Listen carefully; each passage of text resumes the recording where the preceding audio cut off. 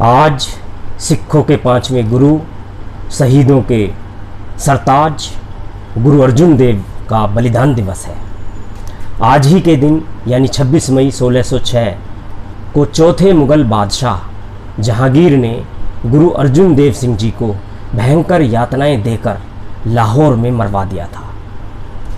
आइए सिखों के ऐसे प्रथम शहीद बाबा अर्जुन देव सिंह जी के बारे में और अधिक जानते हैं। गुरु अर्जुन देव सिखों के चौथे गुरु रामदास और उनकी धर्मपत्नी बीबी भानी के सुपुत्र थे। इनके समय में ही सिख समुदाय का संगठन और प्रसार पंजाब के घर घर तक जा पहुंचा और सिख समुदाय एक मास मूवमेंट के रूप में उभरकर सामने आया।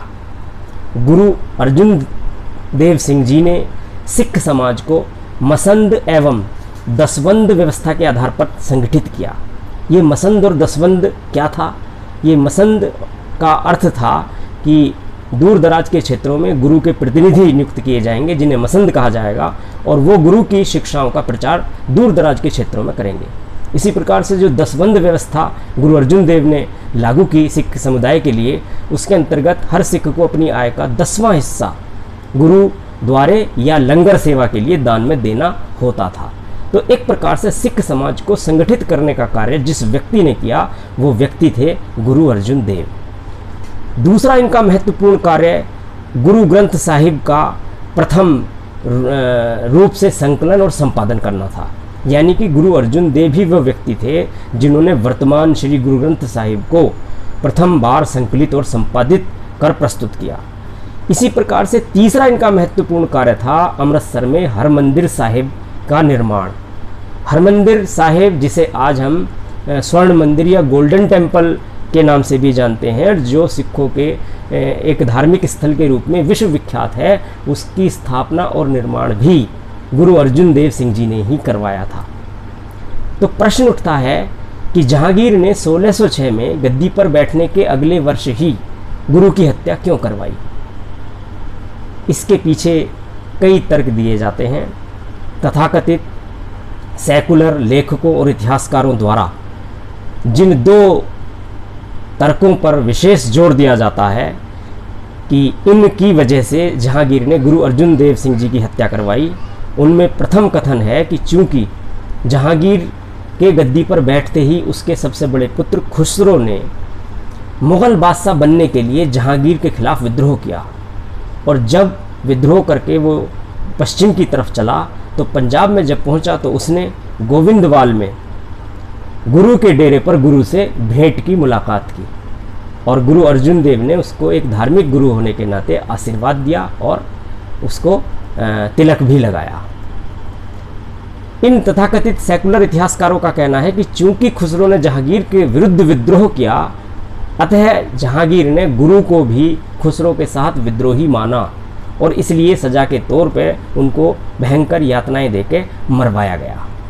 इस कथन में कितनी सत्यता है ये भी हम अभी जानेंगे। दूसरा जो कथन इनके द्वारा दिया जाता है वो कथन है जो पंजाब के सूबेदार थे इस समय फरीद बुखारी, उन्होंने लाहौर में जो अपना गवर्नर नियुक्त कर रखा था उसका नाम था मुर्तज़ा खान और जो लाहौर का राजस्व अधिकारी था, मुग़ल राजस्व अधिकारी, उसका नाम था चंदू शाह।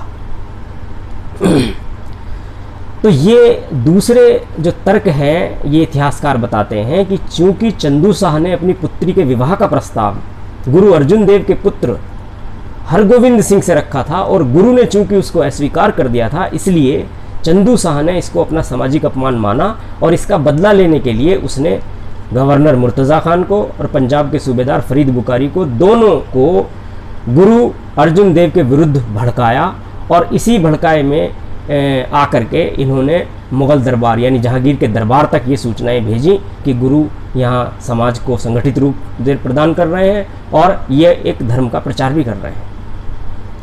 तो ऐसी स्थिति में इस बात से जहांगीर नाराज़ हुआ और उसने इस वजह से गुरु अर्जुन देव को पकड़वा करके उनकी हत्या करवाई। ऐसा दो तर्क इन लोगों के द्वारा दिए जाते हैं। आइए इन सेकुलर इतिहासकारों के प्रथम कथन की विवेचना करते हैं। ये प्रथम कथन जो कि कहता है कि चूंकि गुरु ने खुसरो की मदद की इसलिए गुरु विद्रोही हो गए और इसलिए जहांगीर ने उनकी हत्या करवाई, यही धराशायी हो जाता है कि जब हम जहांगीर के द्वारा लिखी गई उसकी आत्मकथा तुजू के जहांगीरी को पढ़ते हैं। तुजू के जहांगीरी में जहांगीर स्वयं कहता है कि गोविंदवाल में एक हिंदू साधु रहता है जिसके हजारों अनुयायी हैं और वो उसे अपना गुरु मानते हैं, वो सभी वहाँ भोजन भी करते हैं, और मैंने अनेक वर्षों से ये विचार किया है कि मैं इस काफिर गुरु को इस्लाम में शामिल कर लूँ।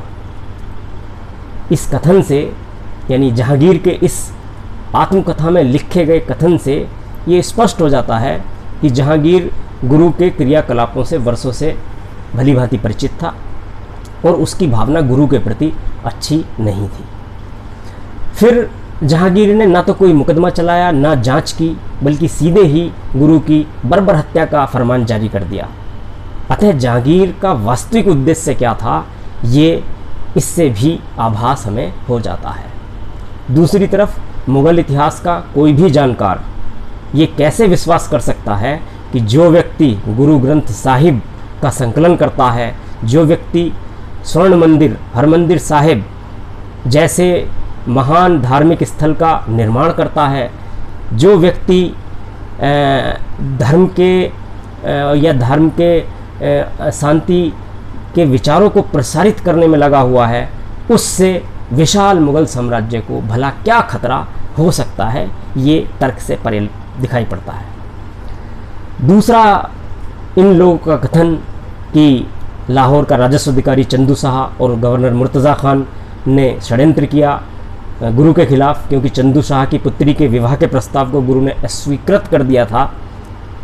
ये भी अतिरंजित जान पड़ता है, क्योंकि विवाह का प्रस्ताव स्वीकार न करना इतना बड़ा सामाजिक अपमान नहीं है कि उसके लिए किसी गुरु को या किसी व्यक्ति को भयंकर यातनाएं देकर उसे मारा जाए।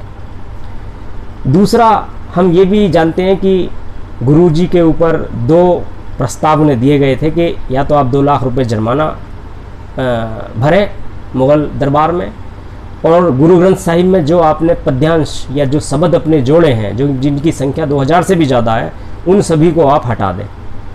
चूँकि गुरु जी ने इन दोनों ही शर्तों को मानने से इनकार कर दिया, तो ऐसी स्थिति में जहांगीर ने उनकी हत्या करवाई। अगर हम इस कथन को भी गौर से देखें तो हम पाते हैं कि चंदू शाह बहुत बड़ा अधिकारी नहीं था। उसके साथ लाहौर का जो प्रशासक था मुर्तज़ा खान था, उनके ऊपर पंजाब का सूबेदार फरीद बुखारी था, और फिर मुग़ल दरबार था। तो ऐसी स्थिति में अगर चंदू शाह ही निर्णय करने वाला था तो वो निर्णय लोकल स्तर पे भी कर सकता था, लेकिन हम जानते हैं क्योंकि गुरु अर्जुन देव सिंह जी की हत्या का फरमान स्वयं जहांगीर के द्वारा निर्गत किया गया था। अतः चंदू शाह और मुर्तज़ा की कहानी भी अतिरंजित जान पड़ती है। कहीं ना कहीं विशेष रूप से जहांगीर ही इस बात में इच्छुक था कि गुरु को भयंकर सजा दी जाए। और दूसरा, अगर हम एक सामान्य व्यक्ति के तर्क से भी देखें तो चंदू शाह जैसे छोटे अधिकारी की पुत्री का विवाह गुरु के पुत्र से हो या ना हो, चंदू शाह का मान हो या अपमान हो, इसको भला मुग़ल बादशाह जहांगीर से इसका क्या लेना देना हो सकता है।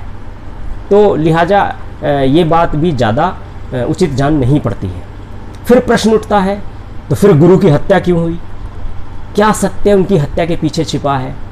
सत्य है जहांगीर का धर्मांध होना, जिसको तथाकथित सेकुलर इतिहासकारों ने लिखने से परहेज किया है। सत्य है सीमावर्ती राज्य पंजाब में एक सिख समुदाय का संगठित शक्ति के रूप में उभरना, जो कि विदेशी शासन के लिए खतरनाक साबित हो सकता था।